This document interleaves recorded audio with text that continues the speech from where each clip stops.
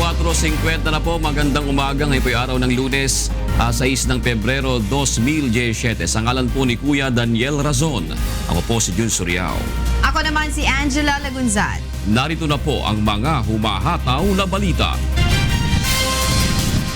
Isa sa mga malubhang nasugatan sa sunog sa Cavite noong nakaraang linggo, pumanaw na. Malawakang tigil pasada ng ilang transport group isasagawa ngayong araw.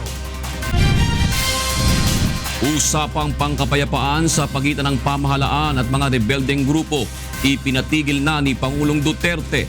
Communist rebels itinuring ng Pangulo bilang terrorist group. DENR nangakong hindi pababayaan ang mahigit 200,000 empleyado ng mga isasarang minahan. At defending champion AFP Cavaliers nabigong makausad sa semifinals ng UNTV Cup Season 5 at madepensahan ang titulo matapos talunin ang Malacanang Kamao sa laban kahapon.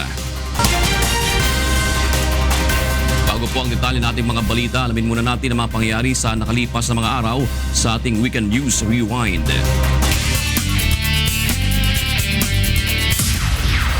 Tiwala si Vice President Leni Robredo na magiging patas ang Korte Suprema sa paghawak sa inihaing protesta ni dating Senador Ferdinand Bongbong Marcos Jr. laban sa kaniya. Ito ay kaugnay sa umano'y maanumalyang pagkapanalo ni Robredo kay Marcos noong nakalipas na May 2016 elections, kung saan lumamang ito ng 200,000 boto. Ayon sa pangalawang Pangulo, naniniwala siyang malinis, patas at totoo ang naging proseso ng nagdaang halalan. Halos 400 tauhan ng National Capital Region Police Office o NCRPO ang ipinadala sa Camp Crame para sa disciplinary training. Ayon kay NCRPO Chief Police Director Oscar Albayalde, ito ay alinsunod sa kautusan ni PNP Chief Director General Ronald De La Rosa na linisin ang hanay ng pambansang pulisya. Ang naturang mga pulis na hindi muna pinangalanan ay nahaharap sa mga kasong administratibo at kriminal. Bahagi ito ng internal cleansing ng PNP na isinagawa matapos masangkot ang ilang pulis sa kontrobersyal na tokhang for ransom. Tiwala si dating PNP Chief at ngayon Senator Panfilo Ping Lacson sa sinseridad ng hepe ng pambansang pulisya sa kampanya nitong linisin ang kanilang hanay. Ngunit ayon sa senador, dapat ay noon pa tinanggal sa serbisyo at kinasuhan ni PNP Chief Ronald Bato de la Rosa ang mga pulis na sangkot sa mga katiwalian. Aniya, kailangang maging mabigat at mabilis ang parusa na ipapataw sa mga ito upang mabalik ang tiwala ng publiko sa PNP. Samantala, pinayuhan rin ni Lacson ang Chief PNP na makipag-ugnayan sa hepe ng National Bureau of Investigation upang mas mabilis na maresolba ang kaso sa pagdukot at pagpatay sa Korean businessman na si Ji Ik-ju, kung saan sangkot ang ilang tauhan ng PNP at NBI. Nagkilos protesta sa harap ng tanggapan ng Department of Labor and Employment sa Central Visayas ang ilang militanteng grupo. Nananawagan ang mga rallyista mula sa Kilosang Mayo 1, Bayan at Grupong Piston na tuluyan ang wakasan ang umiiral na kontraktualisasyon o ang ENDOS system.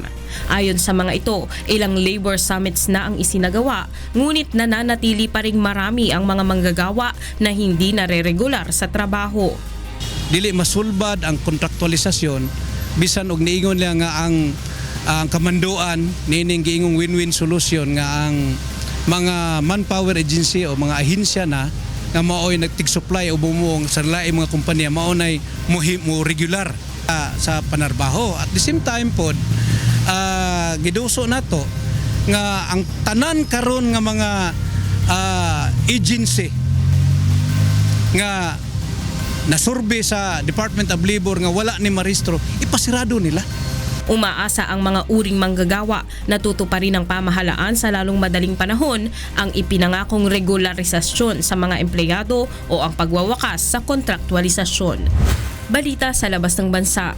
Libo-libong rallyista ang nagmarcha sa labas ng Embahada ng Estados Unidos sa London bilang protesta sa ipinag-utos ni US President Donald Trump na travel ban sa 7 Muslim majority countries.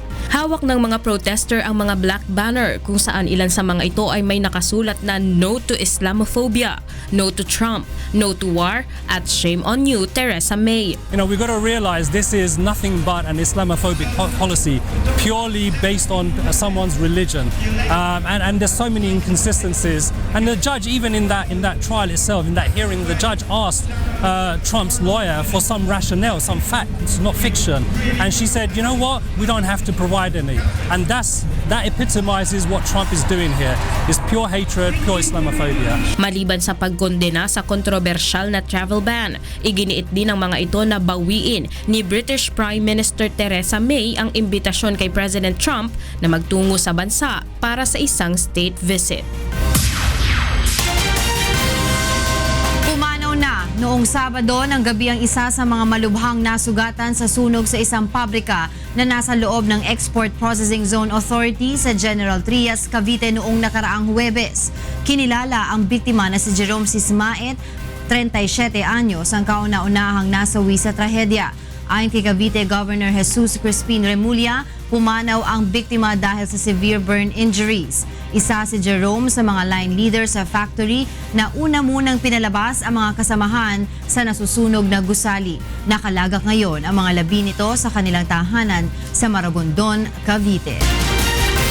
Itinuturing na bilang terorista ang grupo ni Pangulong Rodrigo Duterte ang Communist Party of the Philippines, New People's Army at National Democratic Front of the Philippines. Ipinahayag ito ng Pangulo nang bumisita kagabi sa Cagayan de Oro City upang kumustahin ang mga naulila ng 3 sundalong tinambangan ng mga umunoy miyembro ng NPA noong Miyerkules. Magandang loob ka na nga eh.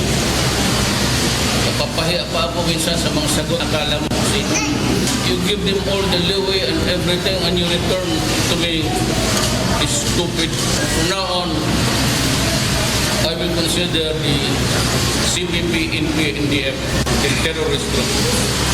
Miyerkules nang paslangin ang 3 tauhan ng militar sa Bukidnon, ang araw kung kailan inanunsyo ng NPA na tinatapos na nila ang kanilang dineklarang tigil putukan sa pamahalaan. Isa rin ito sa mga dahilan upang bawiin na rin ng pamahalaan ang pinairal nitong Unilateral Ceasefire Declaration. Sunod dito ay ang pagpapatigil ng Pangulo sa usapang pangkapayapaan. Dumipensa naman ang National Democratic Front of the Philippines na wala silang ginagawang laban o pagpapahirap sa mga sibilyan kaya walang basihan na ituring silang bilang mga teroristang grupo. Pinabulaanan din ni NDFPP's Panel Chair Fidel Agcawili ang umunay hindi makataong pagpatay ng New People's Army sa ilang sundalo sa Mindanao. Mayroon na rin anya silang rekomendasyon sa NPA na palayain na ang natitira pang prisoners of war kung mapapatunayang walang human rights violation ang mga ito. Yan ang medyo mabigat, no? Tulad din ng Estados Unidos, ganyan ang pagtrato ng Estados Unidos sa CPP-NPA, isang terrorist organization daw, no? Kahit na ang NPA wala namang ginawang tulad ng ginagawa ng ISIS, no, na sa labas ng bansa o kahit sa saang bansa, hindi na sila ginagawang paninira sa mga civilians. Ang NPA walang ginagawang ganyan. Sa iba pang balita, kumalat sa social media ang isang memorandum ng Philippine National Police kung saan nakalagay ang plano umanong pambobomba ng bandidong Abu Sayyaf Group sa SM Malls. Sa memo nakasaad na binalaan ng mga bandido ang security personnel na pasasabugin ang mall kung hindi makapagbibigay ng malaking halaga. Pinabulaan na naman ito ng PNP at sinabing peke ang naturang memo. Nananawagan pa ito na huwag itong ipakalat upang hindi magdulot ng public unrest. Tiniyak naman ng pamunuan ng mall na mahigpit ang kanilang sinasagawang seguridad para sa kaligtasan ng customers at mga empleyado. Sa iba pang balita, posibleng magpatupad ng panibagong dagdag presyo sa mga produktong petrolyo ang ilang kumpanya ng langis ngayong linggo. Ayon sa oil industry players, 30 hanggang 40 centavos kada litro ang maaaring madagdag sa halaga ng gasolina at kerosene habang 20 hanggang 30 centavos naman ang sa diesel. Ito ang unang oil price hike ngayong buwan. Posibleng hindi maglandfall ang bagyong Bising sa bansa ngunit inaasahang patuloy na magdudulot ng bahagya hanggang sa katamtamang pagulan sa ilang bahagi ng Visayas at Mindanao hanggang sa susunod na 2 araw. Sa pinakahuling tala ng Pag-asa, kaninang alas 10 ng gabi ay namataan ng bagyo sa layong 470 kilometers east-northeast ng Hinatuan, Surigao del Sur. Taglay nito ang lakas ng hanging 45 kilometers per hour at pagbugso nga abot sa 55 kilometers per hour. Tinatahak nito ang direksyong north-northeast sa bilis na 10 kilometers per hour.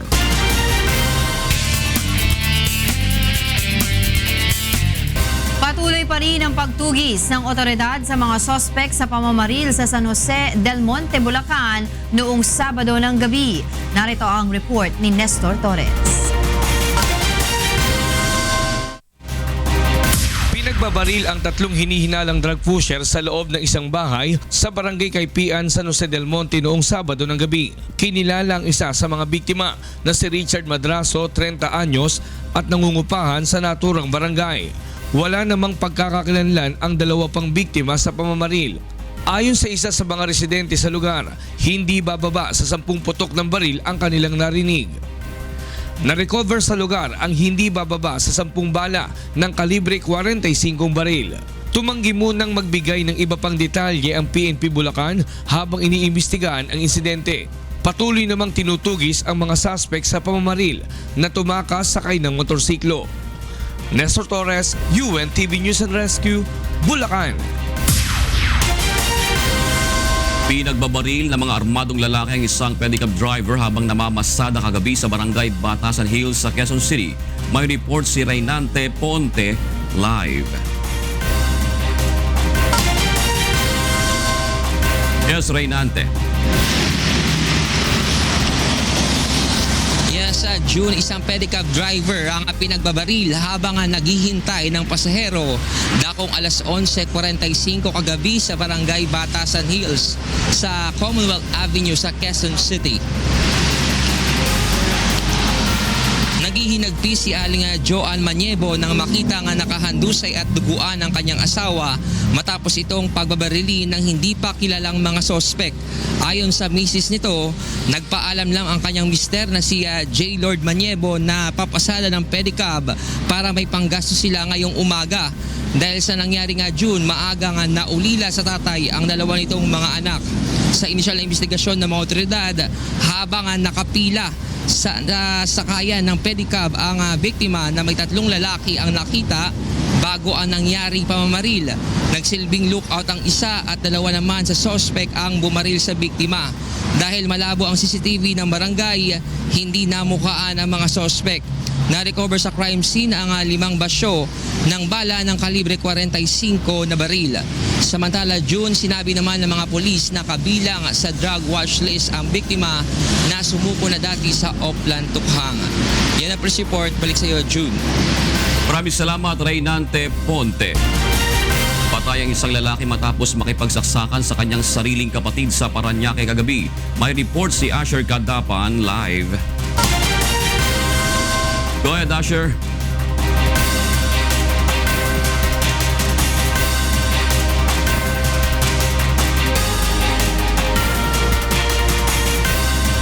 Babalikan po natin ang ulat na yan ni Asher Kadapan. Samantala, narito naman ang mga balita sa labas ng bansa ihahatid sa atin ni Monica Veralio. Monica, go ahead. Hi Angel, good morning. Here are the news from different parts of the globe.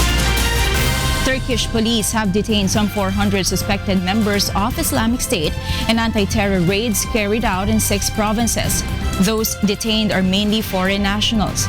Turkey launched a military incursion into Syria last August in support of Syrian rebels to try to push Islamic State away from the border area, and has frequently carried out raids on suspected jihadist safe houses in Istanbul and other cities. Ankara has stepped up efforts to tackle the militants after the group was blamed for a nightclub attack in Istanbul on New Year's Eve.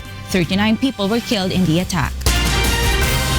Heavy snowfall hit parts of northern India and Pakistan, causing avalanche and road closures. In Indian Kashmir, Arterial National Highway, the only surface lake between Kashmir and rest of the country, was closed again after a week of respite due to snow. In neighboring Pakistan, at least 9 people, including children, were killed by an avalanche in Chitral district. Up to 14 residents were still believed to be trapped in collapsed houses. Afghanistan was also struggling to cope with heavy snow. In the northern Badakhshan province, up to 19 people were killed by avalanche, collapsed roofs, and road accidents over the past 2 days. Meanwhile, the strongest gale of the year has been blowing through Xinjiang Uyghur region in northwest China since Saturday night. Many vehicles have been left stranded on a section of the Liangyungang-Shuergyoshi highway between Turpan and Urumqi. High winds have caused the temperatures to drop down to minus 12 degrees Celsius. Local traffic police have been dispatched with 2 wind-resistant rescue vehicles on standby. The windy weather is expected to continue with continuous snowfall in Urumqi. And those are the news from around the world this morning. Back to Angel. Thank you, Monica. Samantala, puntahan po natin ating makasama sa Radyo La Verdad 1350 sa huntahan with Atty. G. Bet at Jose Castigador Jr. Yes, Good morning. Mr. Jun Soriao. Magandang umaga po. Morning, Dito Jacas. Junior ka din ba? Yep. Junior ka din. Bakit ang mga junior na? Hindi, junior. Iba ang mga the junior. Hi, Jel. Junior yan. Nasa Laguna ako kahapon, Angel. sa iyong hometown. Ganon. Saan sa Laguna? Ay, actually, Kalamba, pero umikot kami ng Pagsanhan. pagsanhan. Yung At ang pangalan mo ay Dream Rap nila. Nilaglag Hindi, dumaan lang. Kalamba, tapos Liliw. Ang lamig pala sa Liliw. Tapos nagano Nagpunta ka kami ba dun sa maraming yung isang strip dun sa Liliw na mga Of course. chinelas, Of course. Doon kumukuha yung mga local brands here. Napakamura. Mura. Actually, yun yung sinadya namin kasi nga dun gawa talaga. Yung mga tsinelas. Tinanong, Liliw pati Laguna. spadril, di ba? Mga Oo, lahat. spadril. Pati mga sandals ngayon sa mga Yes. local brands natin doon gawa. Yung mga Alhambra, Yes. di ba? Yung mga At pamatanda. pag Iba pumunta naman yung tayo doon, Alfombra. sagot tayo ni Tita Iba Angel. Alfombra. Alfombra Ay, yun. Alfombra Bet. nga yung baliktad. Baliktad, Alhambra yung ano, sigarilyo. Nagpo-promote ka pala Sorry. Meron nga tayong advocacy plug dyan eh. Ikaw naman mga matatanda naman yung nagsisigarilyo ng Alfombra. Alhambra. Alright. Alfombra Sige. pala. Ay, maraming salamat sa inyong dalawa. Sorry, kapon pa ako Alhambra. Morning, Tita Beth. Morning, happy Monday kasi. Ngayon po yung transport strike lang. Kaya po ating pong pinapaalalahan ng ating mga kababayan, gumising na po kayo at umalis na maaga. Baka po kayo walang masakyan. Ano? Correct. Maraming salamat. Narito mga dapat abangan sa ikalawang paghataon ng mga balita. Dalawang sakay ng motorsiklo na sumemplang at nabangga sa jeep, tinulungan ng UNTV News and Rescue Team. Malawakang tigil pasada isasagawa ng ilang transport group ngayong araw. Usapang pangkapayapaan sa pagitan ng pamahalaan at CPP, NPA, NDFP, ipinatigil na ni Pangulong Rodrigo Duterte. DENR nangakong hindi pababayaan ang mahigit 200,000 empleyado ng mga isasarang minahan. At defending champion AFP Cavaliers nabigong makausad sa semifinals ng UNTV Cup Season 5 at madepensahan ng titulo matapos talunin ng Malacanang Kamaos sa laban kahapon. Sa detalye ng mga balita, tinulungan ang UNTV News and Rescue Team ang driver ng motorsiklo at angkas nito matapos na maaksidente sa Giginto, Bulacan. Narito ang hataw na balita ni Nestor Torres. Narespondihan ng UNTV News and Rescue Team ang isang vehicular accident sa Barangay Santa Rita, Giginto, Bulacan noong Sabado. 2 lalaking sakay ng motorsiklo ang sumemplang at bumangga sa isang pampasaherong jeep.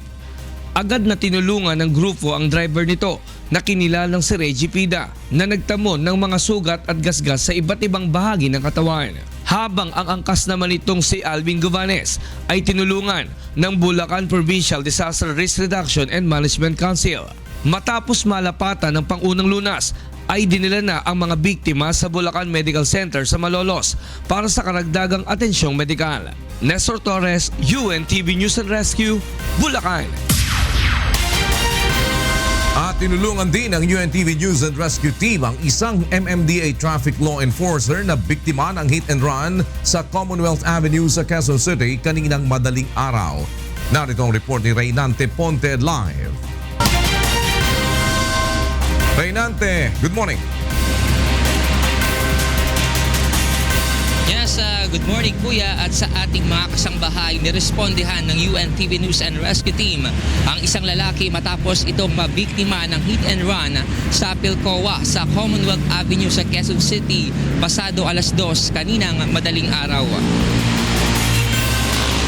Kinilala ang biktimang si Macroy Jason Calbaya, 24 anyos at isang MMDA traffic enforcer na nakadistino sa Eastwood sa naturang lungsod. Kwento ng biktima, galing siya sa Cubao at papauwi na sana sa bahagi ng Sandigan Bayan nang mabangga ng isang taxi ang kanyang sinasakyang motorsiklo. Nagtamo kuya ng pamamaga sa ulo at gasgas sa iba't ibang bahagi ng katawan ng biktima na agad na nilapatan ng pangunang lunas ng UNTV News and Rescue Team. Pagkatapos mabigyan ng first aid ay agad na siyang dinala ng grupo sa East Avenue Medical Center.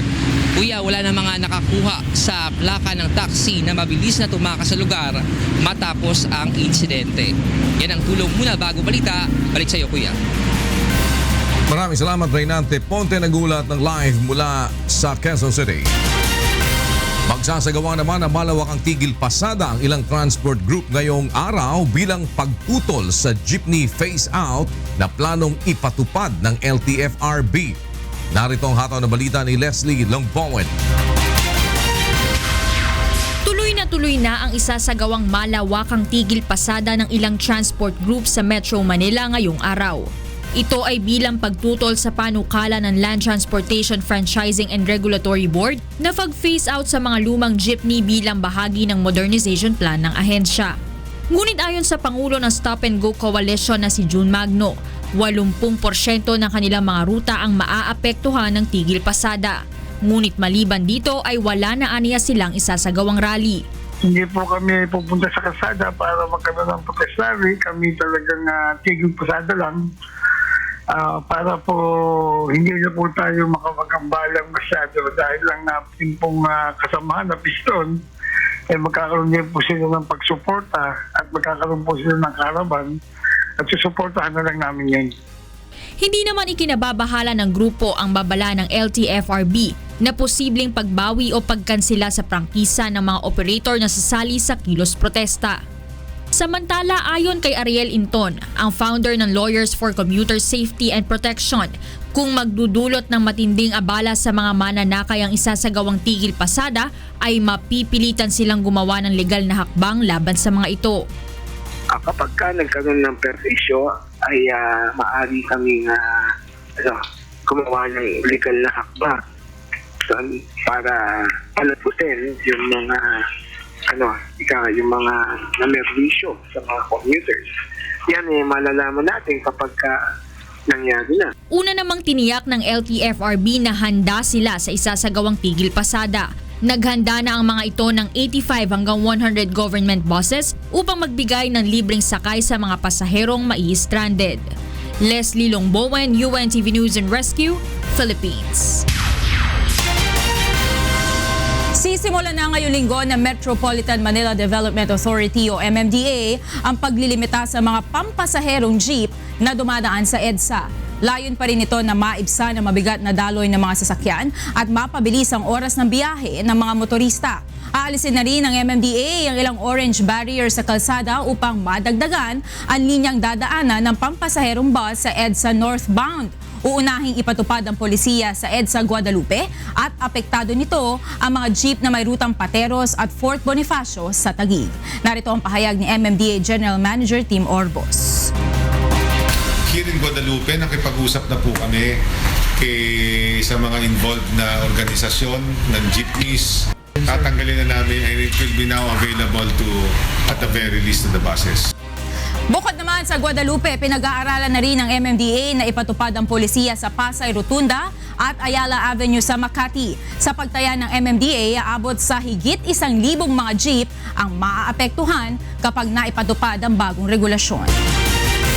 Samantala ay pinatitigil na ni Pangulong Rodrigo Duterte ang usapang pangkapayapaan sa pagitan ng pamahalaan at mga rebelding grupo. Narito ang hataw na balita ni Victor Cosare. I'll just order Philippine contingent, Doresa, Belio and Company, to fold up the tents and come home. Kasunod ng pagsususpinde sa idineklarang unilateral ceasefire ng pamahalaan, ipinatitigil na rin ni Pangulong Rodrigo Duterte ang usapang pangkapayapaan sa Communist Party of the Philippines. Ngayong buwan nakatakdasan ang pag-usapan ang bilateral ceasefire ng National Democratic Front of the Philippines at Government Peace Panel. Ito ay kabilang sa mga agenda sa muling pagpapatuloy ng ika-4 na round ng peace talks na isasagawa dapat sa Abril sa Oslo, Norway. Ayon sa Pangulo, ginawa na ng pamahalaan ang lahat sa pagnanais na magtagumpay ang usapang pangkapayapaan. This time,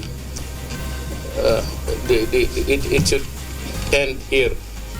Pwede ba o hindi? Ako, ginawa ko na lahat. Gumastos ang gobyerno, told the soldiers to prepare for a long war. I said it will not come during our generation. I know them already. Muli ring iginiit ni Pangulong Duterte na wala siyang ipinangakong palalayain ang lahat ng bilanggong politikal kundi ang mga lider lamang upang makasama sa pag-uusap. Una na ring sinabi ng Pangulo na hindi na maaari ang hinihingi ng kabilang panig na palayain ang nasa 400 pang political prisoners. Kaya naman kasunod ng pagpapahinto sa ongoing peace negotiations, pinababalik na sa kulungan ang mga NDFP peace consultants na binigyan lamang ng pansamantalang kalayaan upang makabahagi sa usapang pangkapayapaan. For those who were released by the government, they should on their own volition return here and go back to prison. Or else I'll be forced to... But I'm alerting all the intelligence community to keep track of where they are now. Well, they are on the wanted list. So I will alert the international police to arrest them where they are because they are wanted here. I'll cancel their passports. Now, I don't know if they will be granted asylum there. Samantala dagdag pa ng punong ehekutibo, sarado na ang kanyang desisyon, liban na lamang kung may makikita pa siyang dahilan na makapagpapabago pa sa kanyang pasya. Unless there is a compelling one, I do not know what would be that reason. But always it would be in the interest of the nation. If I do not feel or I see that there's a joke somewhere, I will not waste my time and compromise the integrity of the government by releasing all for nothing. Victor Cosare, UNTV News and Rescue, Davao City. Sinagot ang National Democratic Front of the Philippines ang mga pahayag ni Pangulong Rodrigo Duterte kaugnay ng pagsuspinde nito sa usaping pangkapayapaan. Naritong hato na balita ni Mirasol Abogadil. Matapos ang pagsuspindi ng Communist Party of the Philippines, New People's Army o CPP-NPA sa idineklara nito noong nakaraang taon na unilateral ceasefire, pinatigil na rin ni Pangulong Rodrigo Duterte ang tigil putukan na idineklara naman ng pamahalaan maging ang usapang pangkapayapaan sa rebeldeng grupo. Ngunit ayon sa National Democratic Front of the Philippines, hinihintay pa nila ang formal termination notice mula sa pamahalaan. Kasi sangayon dun sa JASIC, yung Joint Agreement on Safety and Immunity Guarantees, kailangan magpadala sila ng written notice sa amin, and then 30 days later, tsaka mateterminate ang talks. Yan ang nasa JASIC kasi yung yung pag-define ng mode of termination ng peace negotiations. Sinagot din ni NDFP Peace Panel Chairman Fidel Agkawili ang pahayag ng Pangulo na pinababalik na sa kulungan ang mga NDFP Peace Consultants na binigyan lamang ng pansamantalang kalayaan upang makabahagi sa usapang pangkapayapaan. Lahat sila ay nandyan sa Pilipinas at saka hindi nagtatago. No? Tapos,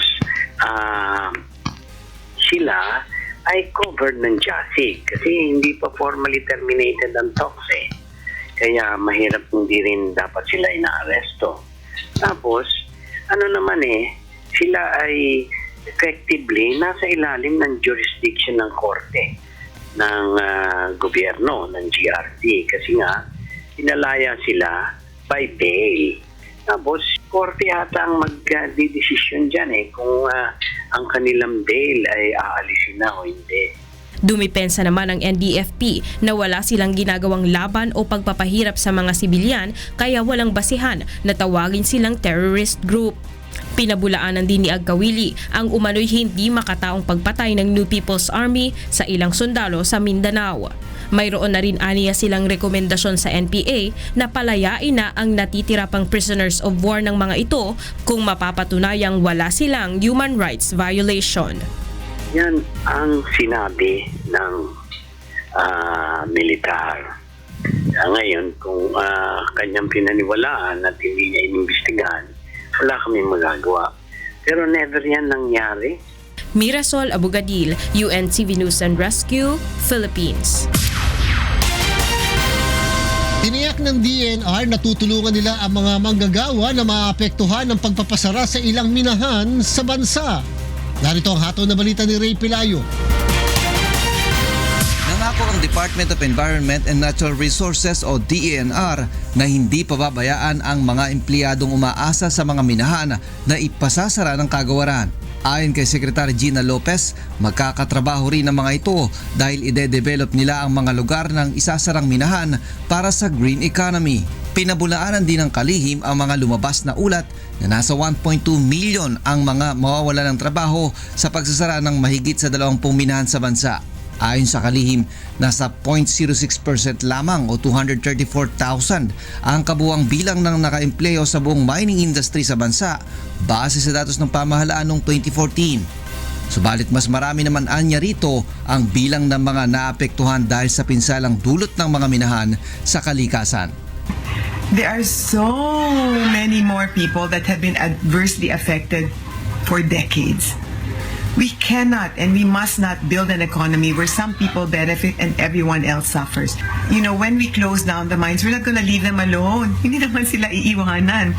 My experience is that a green economy creates many more jobs and is much, much more sustainable. I mean, I have communities earning 30 million a year, 40 million a year. And in the Yolanda area where we invested in ecotourism, in less than a year, they've gotten the money back and they go up to the millions of pesos in terms of salaries. Noong nakaraang linggo, ipinag-utos na ng DENR ang pagsasara ng nasa 23 minahan sa bansa matapos ang isinagawang mining audit ng kagawaran.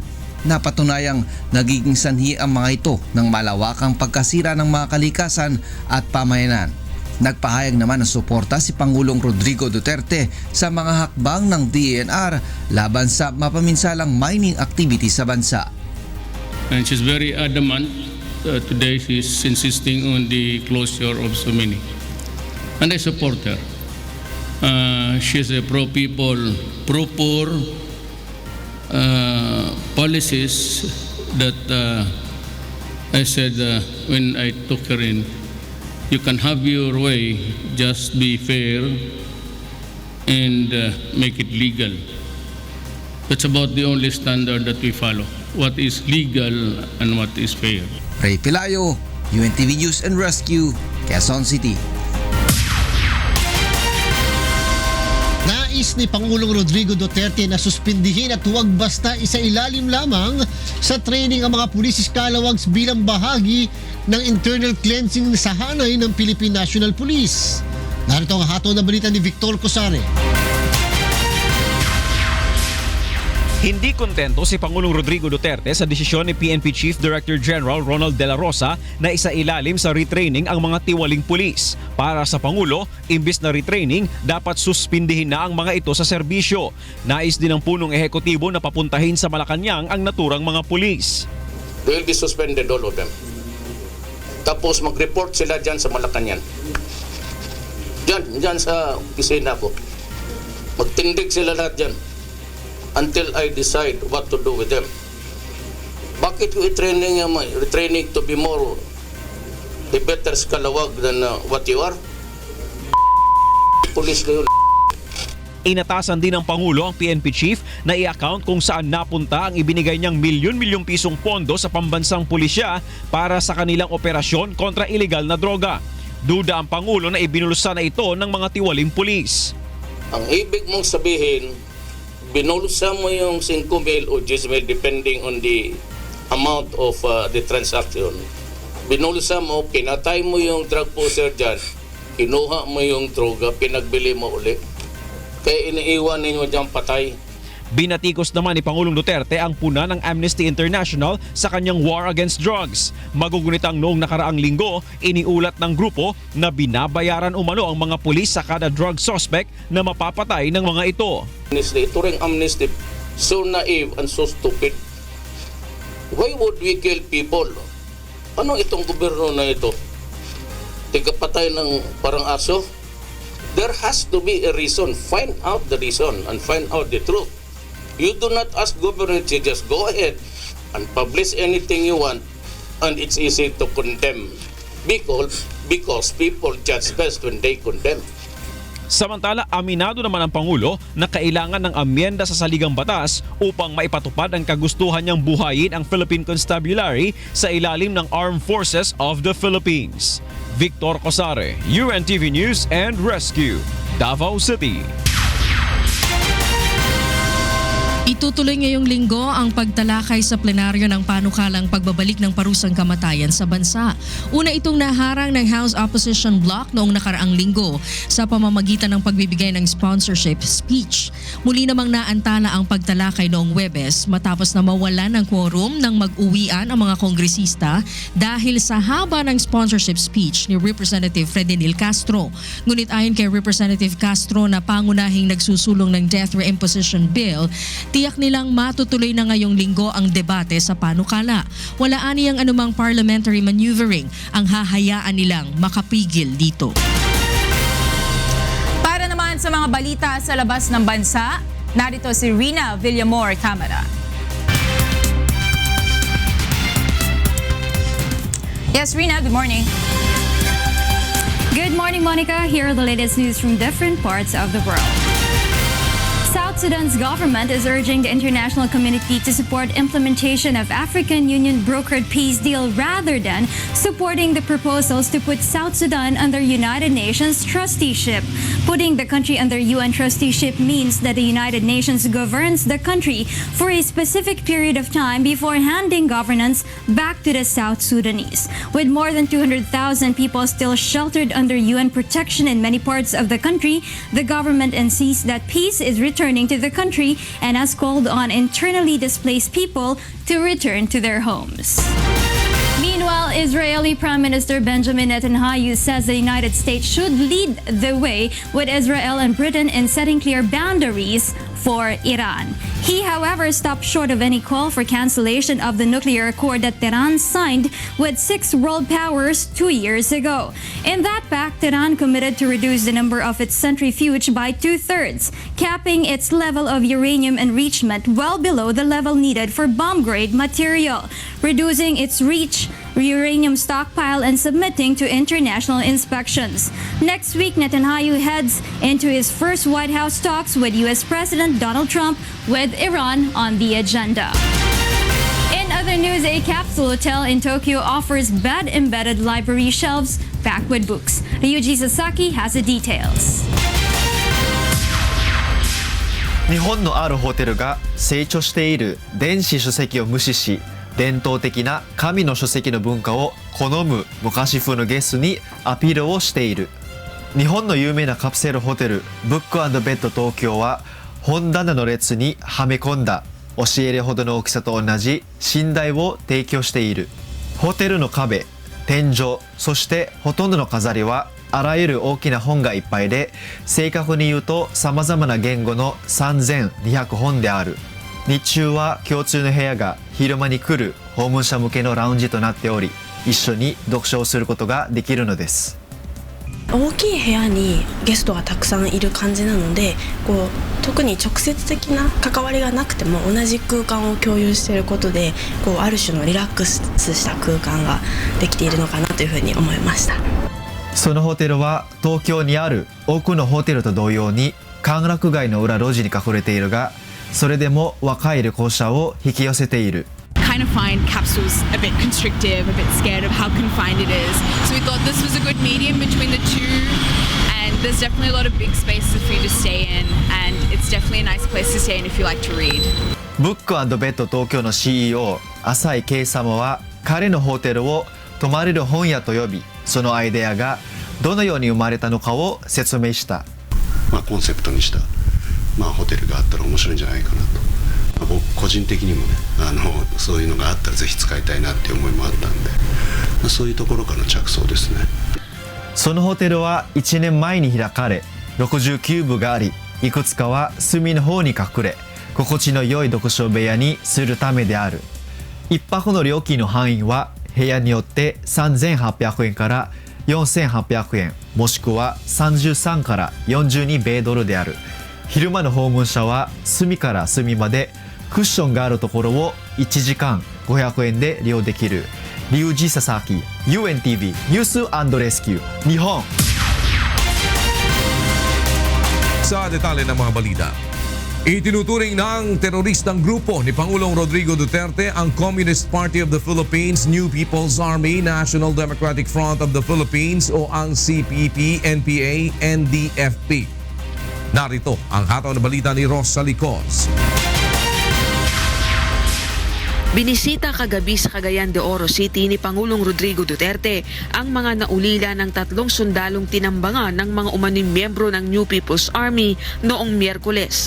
Ginawaran ng Pangulo ng pagkilala ang kagitingan ng mga tauhan ng militar na killed in action at personal na kinausap ang mga naiwang pamilya at nag-abot ng tulong. Ipinahayag naman ng Pangulo ang kanyang pagkamuhi sa mga rebeldeng komunista na itinuturing na niyang teroristang grupo. Magandang loob ka na nga eh.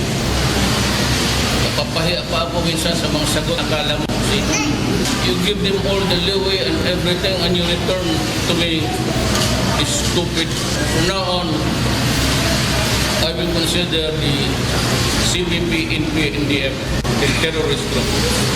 Miyerkules nang paslangin ng 3 tauhan ng militar sa Bukidnon ang araw kung kailan inanunsyo ng NPA na tinatapos na nila ang kanilang idineklarang tigil putukan sa pamahalaan. Isa rin ito sa mga dahilan upang bawiin na rin ng pamahalaan ang pinairal nitong unilateral ceasefire declaration at kasunod nito ay ang pagpapatigil ng Pangulo sa usapang pangkapayapaan. Inatasan na rin ni Pangulong Duterte ang militar at Bureau of Immigration na arestuhin ang mga political prisoner na pansamantalang pinalaya para sa peace negotiations. Katong ilang mga leader nga gibuhian ako nga niadto sa Oslo. Ano na kong militar taron sa immigration to be on the lookout. Arestuhin ninyo sila ulit. 23 rebeldeng leader ang pansamantalang pinalaya sa bilangguan upang makabahagi sa peace talks sa Oslo, Norway. Samantala, ayon naman sa pahayag ni Presidential Communications Assistant Secretary Ana Marie Banaag, nananatili namang nagtitiwala si Pangulong Duterte sa mga miyembro ng gabinete nitong makakaliwa. Rosa Licos, UNTV News and Rescue, Malacanang. Tiniyak ni Pangulong Rodrigo Duterte na nakahanda ang sandatahang lakas ng Pilipinas sa magiging pag-atake ng mga miyembro ng Communist Party of the Philippines o CPP kasunod ng pagkukonsidera nito bilang isang teroristang grupo. Samantala, pinabulaanan naman ng National Democratic Front of the Philippines ang umanay walang hapas na pagpatay ng NPA rebels sa 3 sundalo sa Bukidnon. Narito ang hataw na balita ni Leslie Longbowen. No, I mean, sir, that's a law enforcement, but I have the armed forces. They are considered terrorists, legitimate law enforcement lang against terrorists. Period. Ipinag-utos na ni Pangulong Rodrigo Duterte ang law enforcement operations laban sa mga communist rebels. Ito ay matapos ideklara ng Pangulo na itinuturing na niyang teroristang grupo ang Communist Party of the Philippines, New People's Army, National Democratic Front o CPP, NPA, NDF. Ayon sa Commander-in-Chief, nakahanda ang sandatahang lakas ng Pilipinas sa mga pag-atake ng rebeldeng grupo. Yung pag-lift na ko ng ceasefire, they can begin their attacks and we are prepared. Karami na natin, may mga jets na tayo. Ilulog ko lahat yan. Ipinaliwanag naman ng Pangulo kung bakit niya inilagay sa kategoryang terrorist group ang Communist Party of the Philippines, New People's Army, National Democratic Front o CPP, NPA, NDF. Isa na rito ay ang ginawang overkill ng mga rebeldeng NPA sa mga tauhan ng militar kamakailan. They announced publicly that they were lifting the ceasefire order February 10. But they were killing my soldiers and policemen in the meantime. Saan ba ang honor mo dyan? And ang problema mo, army to army, so saan na may respeto? Why do you kill the government soldier 73 times? Yan? Why do you do that? Ano sundalo, aso? Di wala ka ba lang respeto na kalaban mo in the field of battle? There is always honor. At dahil sa walang habas na pagpatay, humihingi ng hustisya ang mga kaanak ng mga sundalong napaslang. Hatagan og hustisya ang pagkamatay sa ako ang bana. Maura gid na akong gipangayo sa ang hustisya nga makamit nako, makabalos akong bana sa ilahang gibuhat nga murag hayop nga gipatay. Pinabulaanan naman ng NDFP ang umano'y overkill ng mga miyembro ng NPA sa 3 sundalo. Yan ang sinabi ng militar.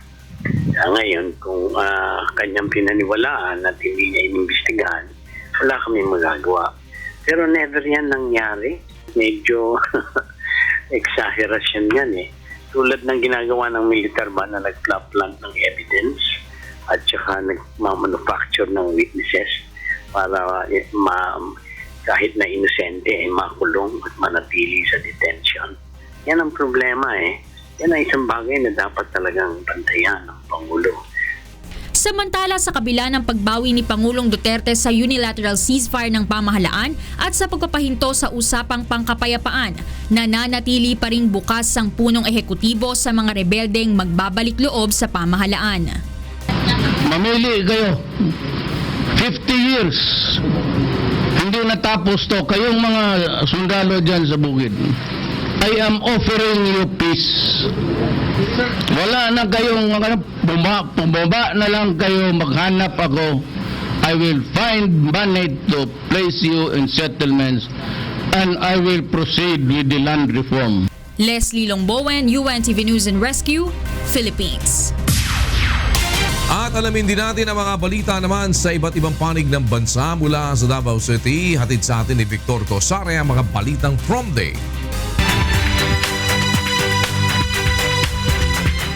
Mayong buntag, Victor.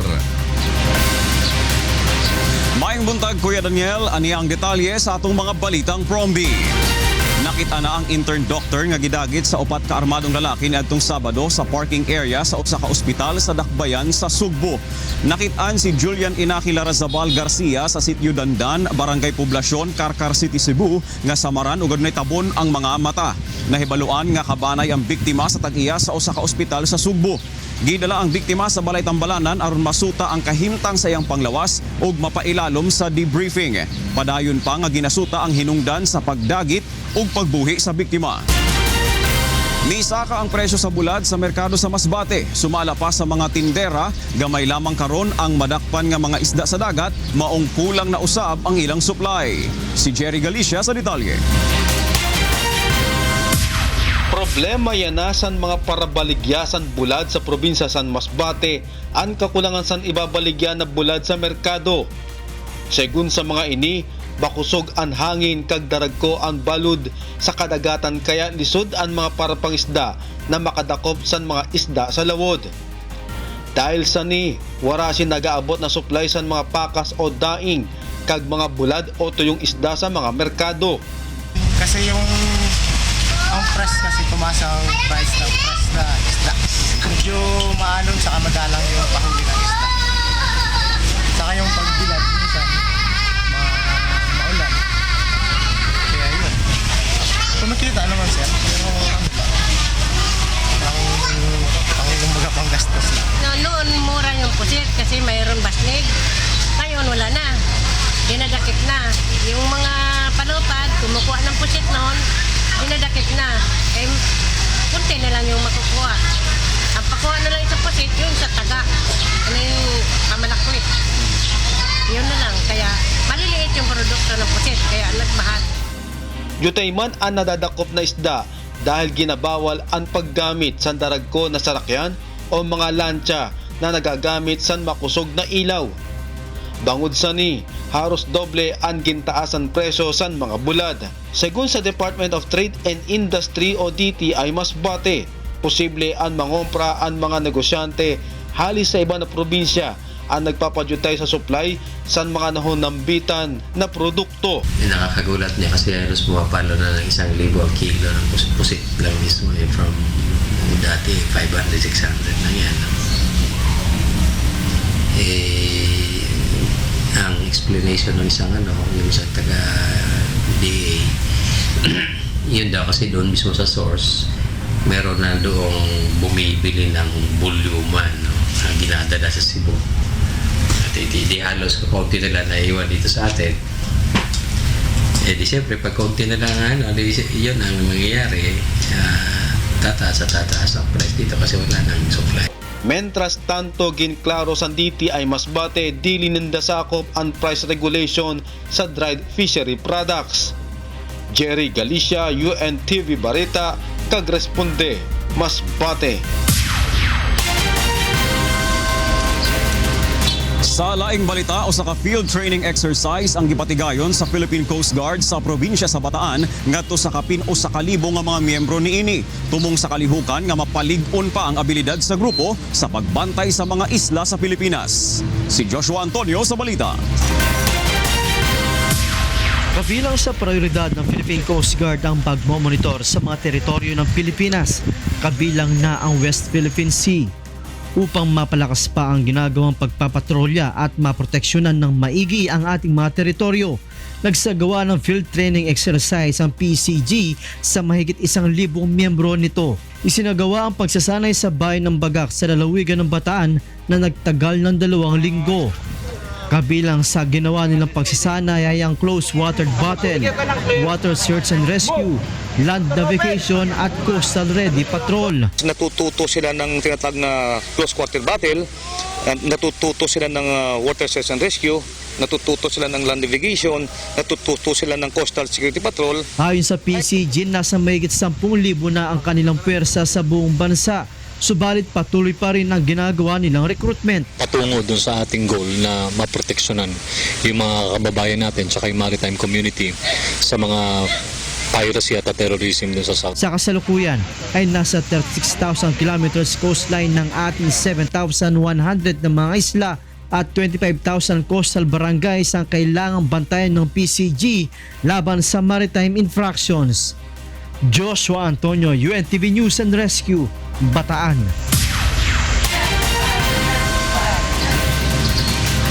Dili magpalupig ang Binyan City sa Laguna pag-abot sa disaster preparedness. Usa ka emergency command center ang gitukod sa dakbayan ug kumpleto na usab ang ilang mga kahimanan alang sa pagresponde sa higayon nga adunay moabot nga kalamidad o katalagman.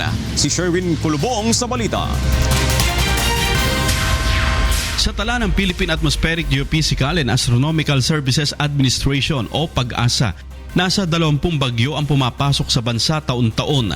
Kabilang sa mga apektado ng bagyo kada taon ay ang mga lugar sa paligid ng Laguna de Bay na madalas binabaha sa tuwing may sama ng panahon. Kaya naman una nang nanawagan ng Regional Disaster Risk Reduction and Management Council sa mga local government officials ng Region 4A na paghandaan na ang mga kalamidad bago pa man ito dumating sa bansa. Isa ang lungsod ng Binyan sa lalawigan ng Laguna sa agad na tumugon sa panawagan ng ahensya. Nakapagpatayo na ito ng sariling command center. Mayroon na rin itong kumpletong kagamitan sa pagresponde sakaling magkaroon ng mga kalabidad o sakuna. Ngayon po, lahat po ng pagresponde sa pulis, sa baha, sa sunog, lahat po ng disaster na you could imagine, kahit po police assistance, ready po tayo lahat. Meron po tayong dispatch system, may sapat po tayong mga gamit, may sapat po tayong mga skilled na mga tao para makatulong po natin. Hinihikayat naman ni Dimagila ang kanyang mga kababayan na agad na ipagbigay alam sa kanilang command center ang anumang sakuna sa kanilang lugar upang mabilis itong maaksyonan. kinakausap pa kayo, nagtatype pa lang, binibip na yung kabilang kwarto saying, let's say fire. I-click niya yung fire, tapos kukunin niya yung details. Alam na sa kabilang room, then meron po tayong pinakamataas na camera sa binyan. Kapag may usok, makikita na po niya, sasabihin lang kung anong barangay, lalagyan coordinates, kukunin na siya ng camera, then i-dispatch na po siya. Samantala, suportado naman ng pamahalaang panlalawigan ang naging hakbang na ito ng syudad. Nagpaplano na rin ang Laguna Provincial Government na maglagay ng Emergency Command Center sa bawat distrito sa lalawigan. Sherwin Kulubong, UNTV News and Rescue, Binyan City, Laguna. O kana ang kinatibukan sa atong mga balitang from di karong buntag gikan diha sa Davao City. Balik diya sa kauluhan, Kuya Daniel. Daghang salamat, Victor Cosare, live mula sa Davao City. Para naman sa mga balita sa labas ng bansa, ihahatid sa atin ni Rina Villamor Camara. Rina, go ahead. Thank you, Angela. And foreign news abroad. Romania's Social Democratic government has scrapped a controversial decree relaxing the rules against corrupt officials. The decree passed in an emergency procedure on Tuesday aimed to decriminalize corruption-related offenses worth less than 200,000 lei or $48,000. The said decree has drawn hundreds of thousands of people into protest. The demonstrators have vowed to keep the pressure on the cabinet, with some demanding the entire government quits. The protests have been the country's largest since the fall of communism in 1989. Meanwhile, an Iraqi passport holder with a valid visa to live in the United States has returned to the U.S. after a tumultuous few days, struggling under President Donald Trump's travel ban. Roslyn Sinha was born and raised in the UAE but holds an Iraqi passport because her parents are Iraqis. The Texas resident says she is married to a fourth-generation American and had to fly to Dubai to visit her mother in the hospital. As I was in the air, Donald Trump signed the executive order. That made all of us confused. The airlines couldn't let me on board. The U.S. Embassy couldn't help us. The Trump administration's immigration ordering Bahrain citizens from 7 mainly Muslim countries and temporarily blocking refugees was in legal limbo on Sunday after an appeals court denied the Department of Justice request to restore the ban. In other news, every year more than 100 children have been dying from a mystery illness in India's eastern Bihar state between mid-May and June. Diwash Rai has the details. Muzaffarpur में सन 1995 से बच्चों के बीच उच्च नैतिकता दरों के साथ एक तीव्र मस्तिष्क संबंधी फैलने बीमारी के बारे में सूचित किया गया था, जो भारत की सबसे बड़ी लीची खेती फैसल मौसम के साथ जुड़ती है। जनवरी 31 में एक प्रकार के विश्व स्वास्थ्य मेडिकल आधारित जर्नल में प्रकाशित हुई एक रिपोर्ट के अनुसार अमेरिकी और भारतीय शोधकर्ताओं का कहना है कि उष्णकटिबंधीय फल लीची एक खाली पेट पर खाने की वजह प्रमुख कारण हो सकता है। ग्रामीण क्षेत्र की गरीब पृष्ठभूमि से अधिकांश बच्चों ज़्यादा से पीड़ित हो गए हैं। खोजकर्ताओं ने उन बच्चों में जिनके पास रहस्यमय बीमारी के विकास हो रही थी उनमें अनुसंधान की और तुलना किया, और जिन बच्चों 2014 की मई और जुलाई के बीच नहीं हुई थी। रिपोर्ट के अनुसार रक्त के नमूने रसायन और कीटनाशकों में संक्रमण या जोखिम के कोई संकेत नहीं दिखाया, लेकिन बीमार पड़ने वाले हर बच्चों ने लीची खाया था और ज़्यादा सा बच्चों ने पेड़ से गिरा हुआ फल खाया था। रिपोर्ट ने कहा है कि बीमार बीमारियों की साथ जुड़ने से 24 घंटे पहले शाम के खाने के साथ खपत किए गए थे। स्थानीय डॉक्टर निष्कर्षों के बारे में सचेत था। एक उसमें टॉक्सिन पाया गया है जो ब्लड ग्लूकोज लेवल को कम करता है। तो खाली पेट में यदि काफ़ी लंबे समय तक खाना नहीं खाया है और खाली पेट में है तो ऐसे भी ग्लूकोज का लेवल घटा रहता है और वो लेने से और भी घटा देता है, जिसका इफेक्ट ब्रेन पर होता है। लेकिन सभी लोगों को यकीन नहीं था कि लीची स्वास्थ्य को खतरा उत्पन्न कर रहा है।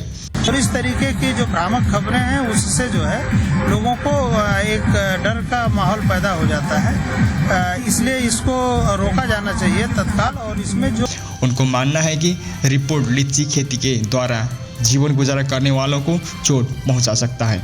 तो अगर जो उन्होंने आउटकम निकाला है वो बिल्कुल ही जो है सत्य नहीं है, क्योंकि लीची विशेष करके जो मुजफ्फरपुर की लीची है वो न्यूट्रिशन के पॉइंट ऑफ व्यू से बहुत अच्छी है और पिछले करीब 200 वर्षों से लोग इसका सेवन कर रहे हैं और कभी इस तरीके की कोई दिक्कत परेशानी नहीं आई। और पिछले वर्ष 2016 में इतनी अच्छी फसल हुई थी और कोई भी इस तरीके की समस्या नहीं आई।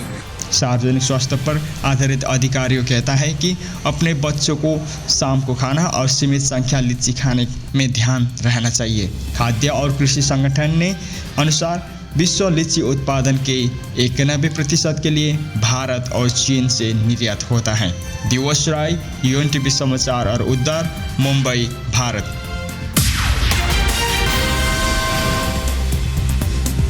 And those are the news abroad. Later on, I'll be bringing you the latest in sports. Meanwhile, back to you, Angela.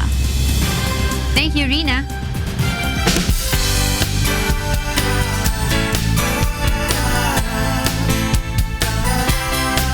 Mahigit 100 residente ng bayan ng Pandi sa Bulacan ang natulungan sa libreng medical mission ng UNTV katuwang ang Members Church of God International. Samantala, mahigit 60 estudyante naman sa isang paaralan sa Hagonoy ang nakapagpagupit ng libre. Narito ang hataw na balita ni Nestor Torres. 2 linggo nang pabalik-balik ang sipon, ubo at lagnat ni Ginang Mary Rose Santiago at ng 2 anak nito. Madalas ding iniinda ni Aling Rose ang pananakit ng batok dahil sa alta presyon. Kaya nang mabalitaan na may libreng medical mission ang UNTV at Members Church of God International sa kanilang barangay sa Santo Rosario, Pandi, Bulacan, ay walang pag-atubili itong nagtungo upang makapagpakonsulta sa doktor. May sakit po kasi yung anak ko, nilalagnat, tapos may sipon. Kung sa doktor ko naman po dadalhin sa Pande, wala rin kaming panggastos. Dito po kasi libre, kaya dito na po kami pumunta. Ako kasi masakit lagi yung bato ko. Gusto ko sanang pa-check up din. Nagpapasalamat ako dahil nabigyan kami ng opportunity na makapagpa-check up dito. Kung wala pong ganito, baka wala po kaming pagkakataon na magpa-check up po sa doktor. Natapos naman ang 3 buwang paghihirap ni Christopher Moreno nang mabunot na rin sa wakas ang kanyang sirang ngipin. Yung isang ngipin ko po sumasakit. Madalas pong kumikirot po. Hindi po ako makatulog. Brad Eli, Kuya Daniel, salamat po. Kasama niyang nagpabunot ng ngipin ang kaibigang si Jerry Texon. Umabot sa 131 kababayan natin sa bayan ng Pandi ang napaglingkuran sa medical at dental consultation at iba pang libreng serbisyo.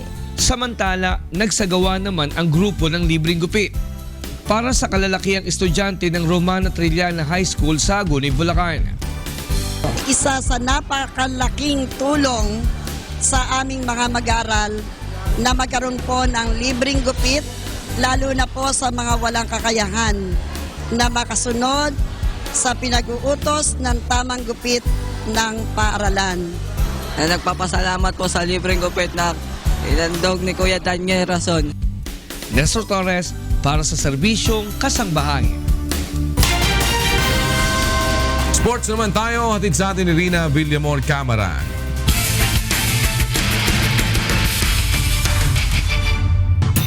Balikan natin si Rina. Good morning.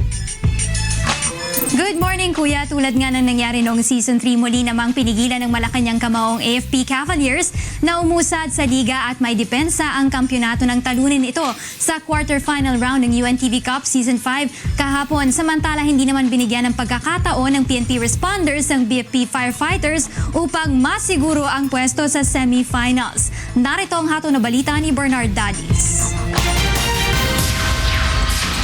Umipigbing setup. Hirap. Oh, beautiful shot. Pasok this time now. He regains possession. Pasok na sa semi-final round ng UNTV Cup Season 5 ang 3-time runner-up PNP Responders at Season 3 runner-up Malacanang Kamao. Sa quarterfinals ng UNTV Cup Season 5, hindi na pinahirit pa ng 2 koponan ng do-or-die game ang kani-kanilang kalaban, ang BFP Firefighters at defending champion AFP Cavaliers. Sa Game 1, Tinambakan ng 12 puntos, 82-17 ng PNP ang BFP upang apulahin ang kanilang pag-asa na makabante pa sa semis. Ang responders na may twice to beat advantage ay maagang nagpaputok ng mainit na opensa sa pangunguna ni two-time MVP Olan the Sniper Rumiping na tumikada ng 29 points, 5 rebounds, 1 assist at 3 steals. Nagambag naman si Anton Tolentino ng 16 points at 4 na rebounds at steals. Hindi naging sapat ang combined 45 points nina Gilbert Malabanan at Kurt Amores upang pigilan ng team ng mga pulis na matagal nang uhaw sa kampyonato. Give praise to the players kasi talaga kumbaga sa ipinakatalala yung pagiging composure nila doon sa game, which is tayo naman hiningi ko sa kanila yung composure, at the same time yung maglaro sila as a team. Medyo maganda rin pinakita namin this season. We were able to beat the number 1 team. We were able to reach this far. Sulya, Tan, sealed, blocked. At sa second game, mistulang naulit naman ang senaryo noong Season 3 quarterfinals kung saan nabigo ang Season 2 champion AFP Cavaliers na idepensa ang kampyonato nang talunin sila sa knockout game ng Malacanang. Noong March 29, 2015, tinalo rin ng Malacanang ang Cavaliers na noon ay defending champion rin sa score na 91-88. Kahapon naman, binugbog na matinding opensa at depensa ng Cavao team ang Cavaliers upang dominahin ang lahat ng quarters at tapusin ang laban sa nakakangilong score na 73-54. Sa higpit ng depensa ng Cavao team, nalimitahan lamang sa 9 points ang ex-pro player ng AFP na si Boyet Bautista. Sa 3-point area, 3 lamang mula sa 19 attempts ang naibuslo ng AFP habang ang Malacanang ay nagpasok ng 8 out of 21 attempts. Maging rebounds, assists, steals at blocks ay hindi nakaporma ng husto ang Cavaliers sa Malacanang. Tinanghal na best players of the game sina Christian Luanzon na kumamada ng 17 points, 4 rebounds, 2 assists at 1 steal. At si Ian Garrido na may 12 points, 6 rebounds, 1 assist at 4 na blocks. And we knew for a fact na papasok sila sa game na to, determinado sila dahil backs against the wall eh. So sinabi ko sa kanila, kailangan naming ipantayan yung intensity na gagawin ng AFP dahil being to defend their crown. Buti naman nag-respond yung mga player and naglaro talaga sila para sa bawat isa. Nandun yung effort, kaya lang kung makikita natin sobrang baba ng percentage ng players. Inside and out, yung perimeter shooting, lahat. Saka I have to give credit to Malacanang. Sa susunod na linggo, magsasagupa na sa semifinal round ang PNP Responders at Judiciary Magis, habang ang BOC Transformers naman ang makakalaban ng Malacanang Kamao. Bernard Dadis para sa UNTV Cup Season 5. Kuya, nung nakausap nga natin si Coach Sonny Manukat ng AFP Cavaliers kahapon ay nanghihinayang siya dahil hindi nga sila nakapasok dito sa semifinals round. Kumbaga hindi nila nagawa yung kanilang nagawa nung UNTV Cup Season 2 kung saan nalampasan nila yung 2 kupunan na may twice to beat advantage, kaya na nila nakuha ang kampyonato during that time. At ngayon pa na meron silang conditioning coach na hinar mula naman ito sa PNP Responders. At this coming Sunday, simula na nga ng semifinals round natin kung saan ang BOC at Judiciary ay may twice to beat advantage pa rin dito. Para sa ating first game, sisimulan niya ng Malacanang Kamao kontra sa BOC Transformers, at sa second game naman andyan ang PNP Responders kontra naman sa Judiciary Magis. At yan muna ang latest sa sports. Balik sa'yo, Kuya.